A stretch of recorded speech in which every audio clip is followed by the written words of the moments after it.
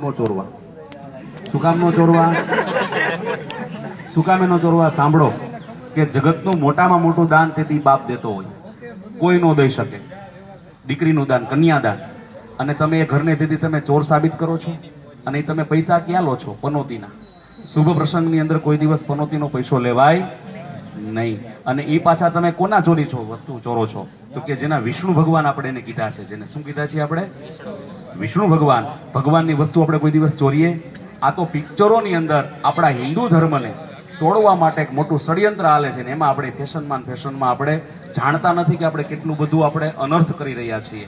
પછી બીજું કે જ્યારે ફેરા ફરતા હોય ને ત્યારે કોઈ દિવસ કોઈએ એમાં કાગળિયા ન ઉડાડવા જોઈએ. યજ્ઞની અંદર માત્ર જવતલ અને ઘી સિવાય કોઈ પણ બીજું દ્રવ્ય પડવું જોઈએ નહીં. અને જે ફેરા ફરતા હોય એને ખબર જ નથી અમે કેમ ફેરા ફેરાય, કારણ કે એટલા ઘેરા વળી જાય. ક્યારેક ક્યારેક તો અમારે એવું બનતું હોય છે કે અગ્નિ નીચે પડે, એમાં કાગળિયા પડ્યા હોય ને અને સળગે છે મંડપ.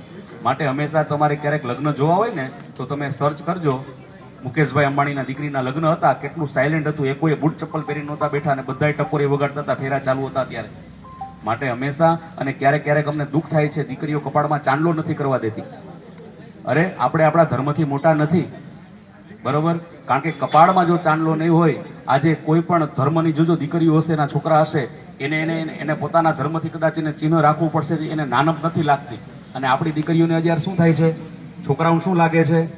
ચાંદલો કરવા જઈએ ને એને કપાળ આમ લઈ લે, આગા લઈ લે.